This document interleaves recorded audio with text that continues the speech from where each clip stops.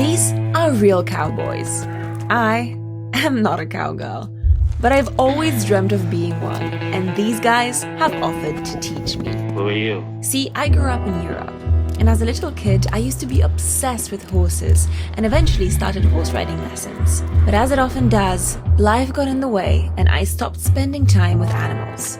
But the dream remains. So now that I'm in the United States, I want to give it a shot.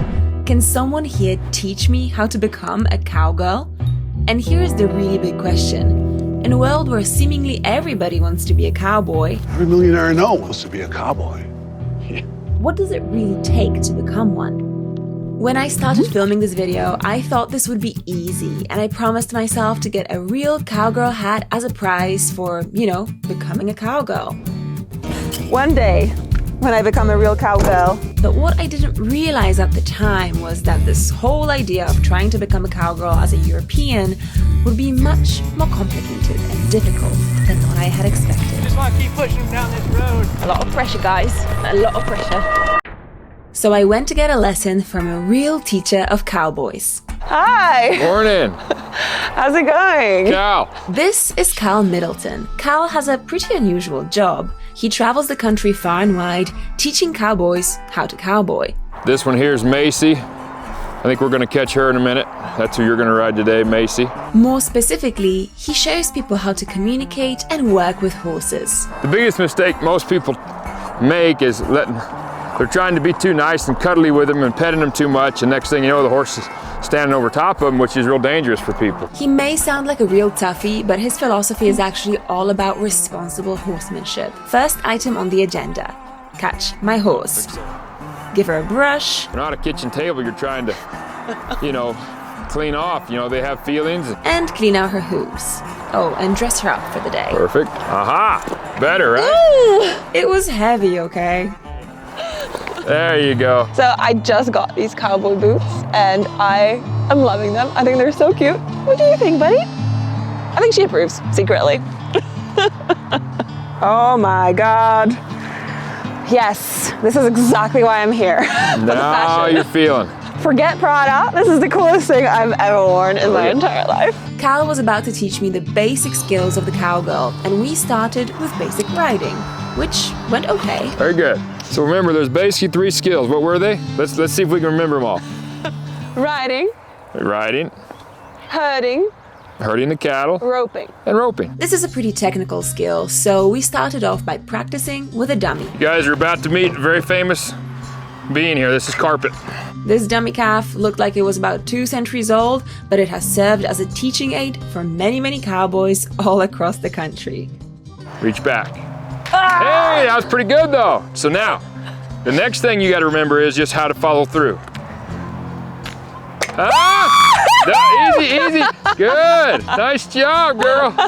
Reach back a little more, reach forward more, reach back more, reach forward more. Now just real smooth, let go of it and open up your hand. Like I'm shaking someone's hand, right? Yes, ma'am. Hey, look at that, huh? I did it! Easy now. Good job. So at the end of our day together, I had a big question for Cal. Did he think that anyone, just anyone, could become a cowboy? I think if you're going to be good at it, you've got to have a lot of try. Anybody can do that job for a while and just say, oh, I cowboyed here or there. But to be a really good cowboy, you've got to have a lot of try. For where you're at today, Yeah. and for the level that you had, and for the information you have, and the amount you tried, and the amount you learned, you got an A. Woohoo! Okay, well, I still don't feel like I can get like a cowgirl hat just yet. Learning the theory in a controlled setting is one thing, but I wanted to test my skills on a real ranch. So I drove to the Little Belt Cattle Company in Montana, where I would get to take part in a real cattle drive on a real working ranch. So I'm Greg Putnam. I'm the co-founder and president of Little Belt Cattle Company, and we raise 100% Montana beef from start to finish. Greg is a veteran of the Navy SEALs. After a decade serving in the military, he and his business partner decided to go into ranching, and that's how they founded the Little Belt Cattle Company. Have just been building and growing with the goal of building this kind of closed local supply chain of Montana beef, and sustainable and local is our really our goals in putting high quality, nutrient dense food back into our community. Greg got me on horseback immediately to test my riding skills before we did anything else. He had me trotting and cantering and going around obstacles. I think I may have passed this test. Phew.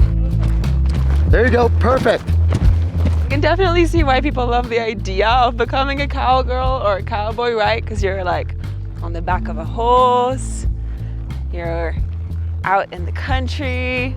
I was curious about Greg's own journey, going from Navy SEAL to cowboy. What was the learning curve like?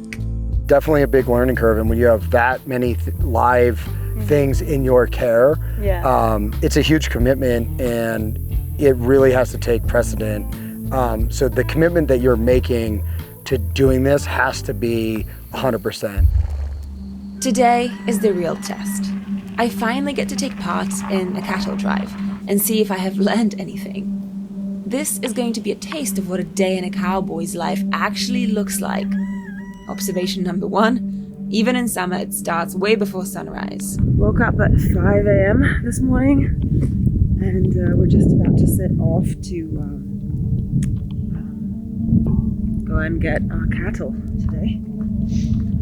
Oh, it is chilly. Today, Greg and his team are moving cattle from one pasture to another. It's a big and important day in the life of the ranch. And the ranch itself is massive, over 20,000 acres of Montana countryside. Before we can jump on horseback, first we need to drive to where the cows are currently staying. That's where we're going to meet the rest of Greg's team.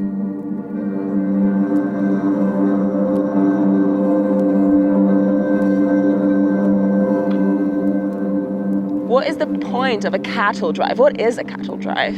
So a cattle drive or trailing cattle would be moving cattle from one pasture to another, or, like we'll start kind of at our headquarters and then drive those cattle out here. And then generally for us, we're moving those cattle, from one pasture to the next, and there's a strategic plan. There's only really 2 ways to do it. You either have to put them in trucks and trailers, or drive them like this. This kind of country like you're gonna see, it'd be really challenging to load this many cattle up into trucks just to haul them, so driving cattle like we're doing horseback is the most effective way to move them. I gotta say that filming on horseback is not the easiest thing in the world. Because as you can probably tell from the camera, it is bouncy. So those cows that you guys see just over the fence, they actually belong to Greg's ranch. So I guess we'll need to figure out a way to get in there and try and get them back across the fence to our side. Is that right? It is.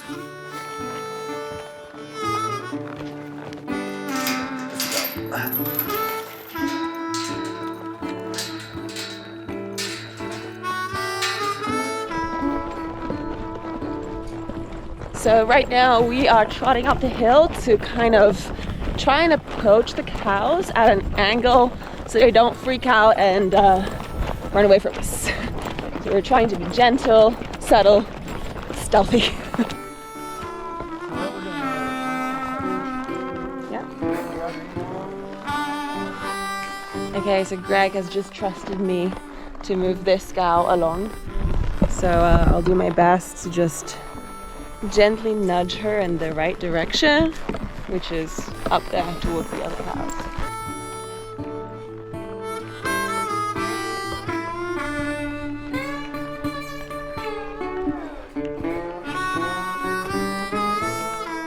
First cow I've ever moved. All right, my responsibilities have increased to 3 cows. I mean, with this type of work, you got to be really careful because you're really caring for actual live animals, and you just want to make sure that they're safe, that they are feeling good, and that you're also getting them to go where you want them to go.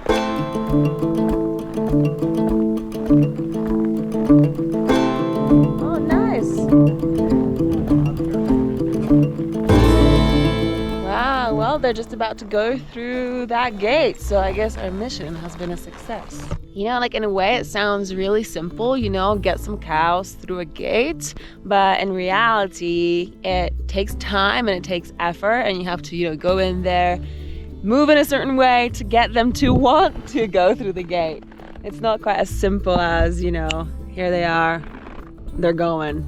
So right now, like they're just walking through there. So that wasn't a bad experience for them. Then the next one, it gets easier and easier. So like the problems compound, or the, you know, the ease of movement compounds. And that all starts with like, basically like kind of the attitude and the speed that you're going. And that carries out throughout the entire day. It's not instant gratification like we all are so kind of used to getting anymore.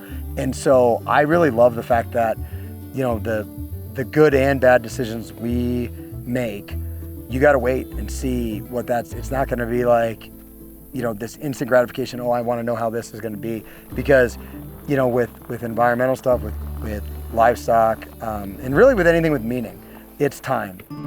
Greg was about to give me the biggest responsibility I've had so far on my cowgirl experiment. Looking back, I really don't think my skills were up to scratch, but Greg, for whatever reason, seemed to trust me with this. So Greg has just gone to kind of take a look in the other pasture, which leaves me with the honor of driving this herd in the right direction. A lot of pressure, guys, a lot of pressure.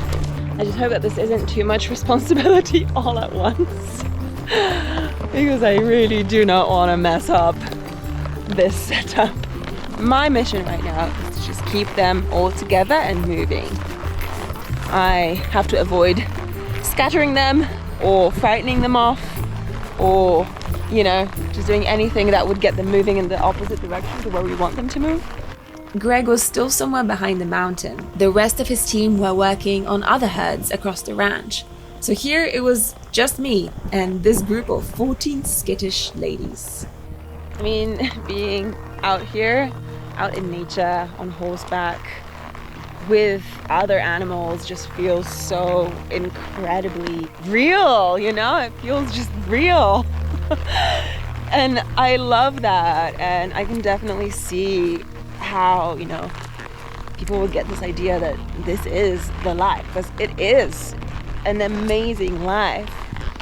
But if the weather wasn't this good, if the sun wasn't shining, I feel like it would be a different story. But right now, this is just such a dream.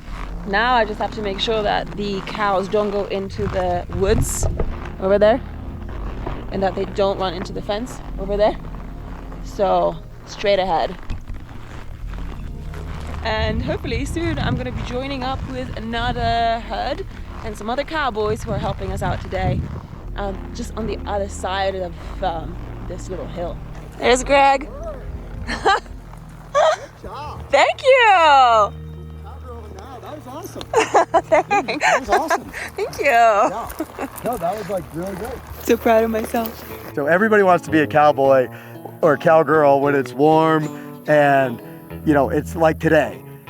But do you have what it takes to do it when it's -20 and it's blowing 50 miles per hour? And only the people that do can kind of answer that question. Like any job, there's like amazing days where you go like, oh, this is, you know, these are kind of the days that you do all that other stuff for. I think for the right people that want to do it for the right reasons, I think the right reasons are you truly care for the well-being of the livestock that is in your management, and you truly care for being a small part in kind of the greater system of putting, like, truly, you know, the best food on the plates of American citizens and making it easy for people to have access to that.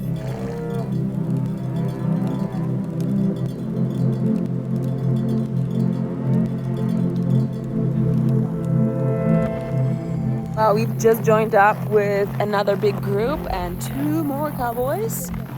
And now we have this huge herd that we're gonna try and manage and keep moving. And like I can see how with, you know, 15 cows that I had before, that was relatively straightforward, but This is gonna be about 500 cows soon, which is, that's a lot of animals to manage. When I got out of the military, it was, it's just a hard transition. You go from doing, a very like mission-driven, purpose-driven, task-based job to, unfortunately today, like modern jobs, a lot of those, there's not a lot of, mission and purpose and teamwork. And the military unit I was fortunate to come out of, it was all about helping your friends. It was all about how's your buddy doing, and your buddy's helping you. And one thing I love about ranching is that it is absolutely like a task-based job, not a time-based job. When 5 o'clock hits, we don't go home. Mm-hmm. Now, we might have a great day and get done early and go cook some steaks and drink a beer, or we could be out here all day. You're not done until the job is done.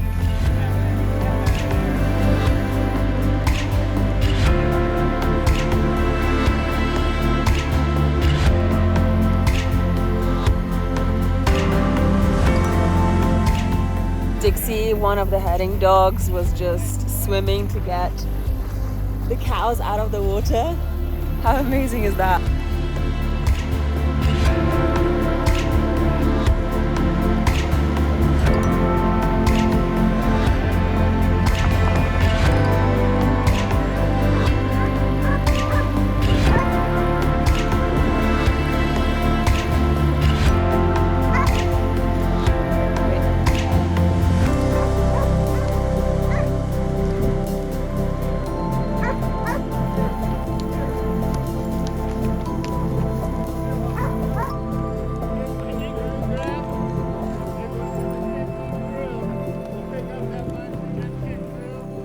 So how's it going so far? Going good. Yeah? So this is the pasture they're going to. And then what we're going to do is take them down to where water is. So you always end them on water. And then that way you know they got everything they need to succeed. Nice. Do you think we got them all? I think we got everything but 2 that we know of, right boys? And then this gal. Uh-huh. Stubborn little girl. What do you think? So are you going to go back for those 2? Is it worth it?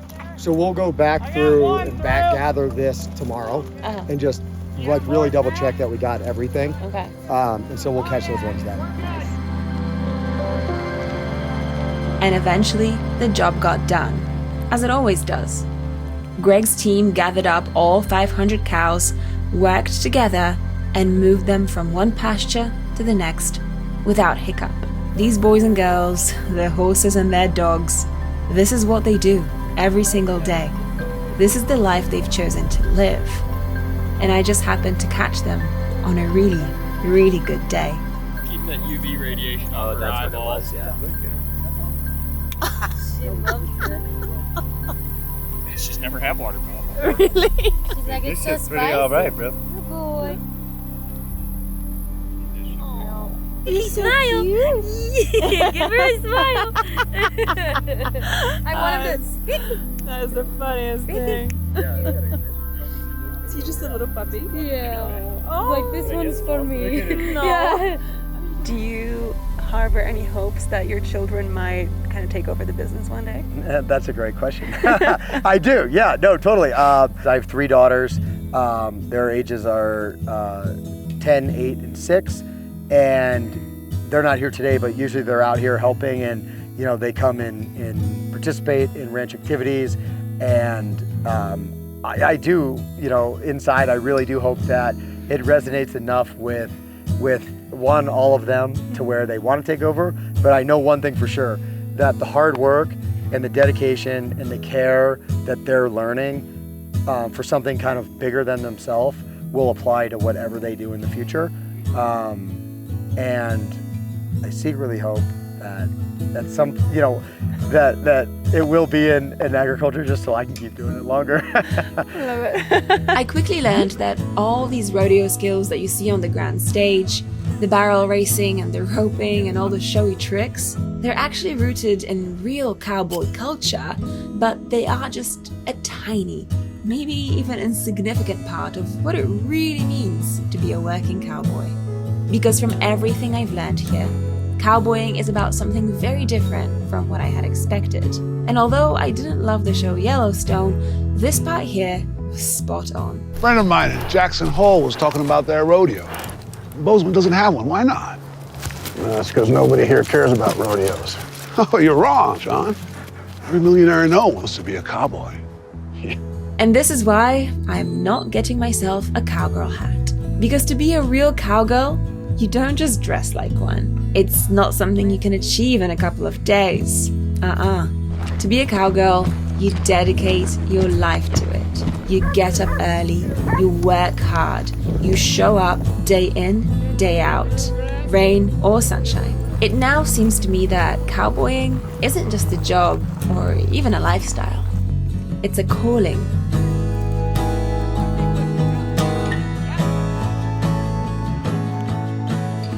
Hey, if you'd like for your name to appear in these credits, or if you'd like to get early access to all of my YouTube videos, or if you'd like to get access to my making of / behind the scenes videos for every single film that I publish on YouTube, you may want to subscribe to my Patreon community. There's loads of different perks.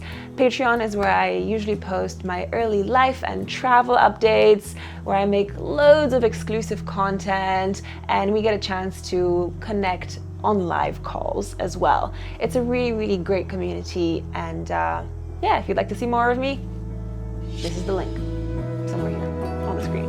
Anyway, see you in the next video.